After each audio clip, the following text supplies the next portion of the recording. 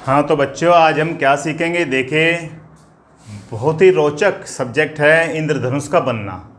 जब आप बारिश होती है और बारिश के तुरंत बाद आप ऊपर आते हैं या बाहर निकलते हैं तो आपको एक तरफ आसमान में बहुत बड़ा आकाश में 7 रंगों के एक समूह दिखाई देता है।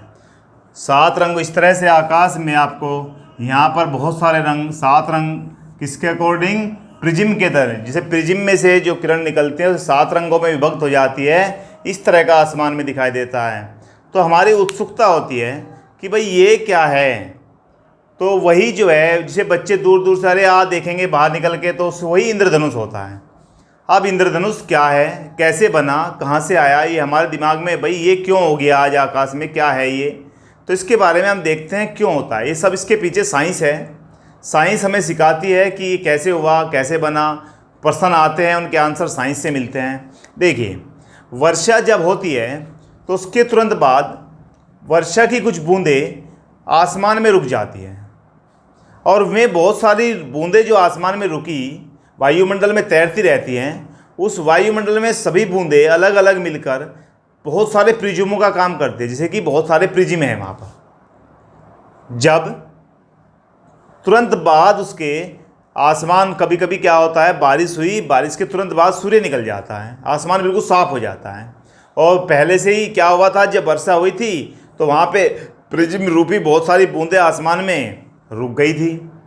अब क्या हुआ, जब सूर्य का प्रकाश उस पर गिरा, सूर्य का प्रकाश गिरने से क्या हुआ, प्रकाशीय किरणों का, जब प्रकाशीय किरणें प्रिज्म में जाती है तो क्या हुआ, उसका अपवर्तन होगा। भाई विरल माध्यम से सघन माध्यम में जाएगी, अपवर्तन होगा, फिर वो विक्षेपित हो जाएगी। विक्षेपित होने के बाद आंतरिक परावर्तन होगा, और वो कई बार होता है, और फिर अपवर्तित होकर किरण बाहर निकलेगी और हमें 7 रंगों में विभक्त दिखाई देगी। हमें 7 रंग दिखाई देंगे।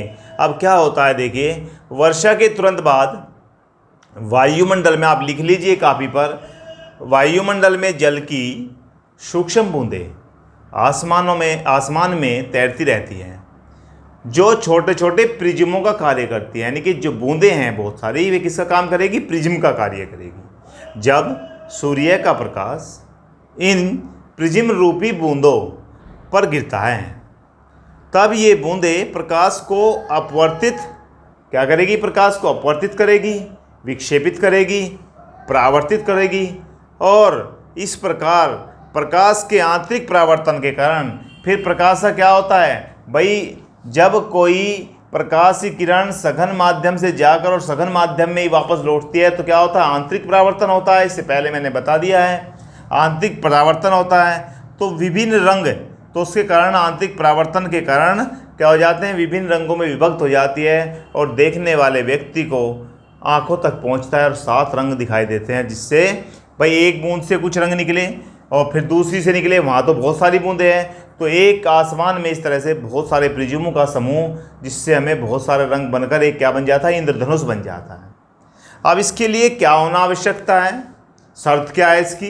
भाई बरसात तो रोज़ होती है, परंतु रोज़ तो हमें इंद्रधनुष दिखाई नहीं देता। इसके लिए शर्त होनी चाहिए, वर्षा के तुरंत बाद सूर्य निकलना चाहिए। भाई वर्षा हुई, उसके तुरंत बाद आसमान साफ हुआ और सूर्य निकल गया। एक और होना चाहिए, इंद्रधनुष हमेशा सूर्य के विपरीत दिशा में बनता है। यदि मान ले जाए जिधर सूर्य है, भाई सूर्य किरणें जब तो बूंदों पर जाकर गिरेगी जब उसकी विपरीत दिशा में। अब देखते हैं, ये मान ले जाए एक बूंद है, ऐसी वहाँ पर हजारों लाखों बूंदें हैं। यहाँ पर हमने एक बूंद ले ली, और एक बूंद में किरण, प्रकाश की, सूर्य की किरण आई, आपतित किरण आई। अब आपतित किरण जब यहाँ पर आसमान से गई तो यहाँ विरल माध्यम था, और जब ये इसमें गई तो ये सघन हो गया। अब सघन माध्यम में गई तो अभिलंब की ओर झुक गई। भाई यहाँ से विरल से जब सघन में जाएगी तो क्या होगा? अभिलंब की ओर झुक जाती है। तो झुकने पर ये देखिए यहाँ पर चली गई, और यहाँ जाने पर क्या हो गया? यहाँ से यहाँ पर जाने पर यहाँ पर अपवर्तन हुआ इसका, फिर यहाँ पर विक्षेपित हो गई, फिर यहाँ पर जाने पर देखिए इससे टकराई और सघन माध्यम से सघन माध्यम में ही वापस लौट आई। यहीं से गई, यहीं से वापस लौट गई।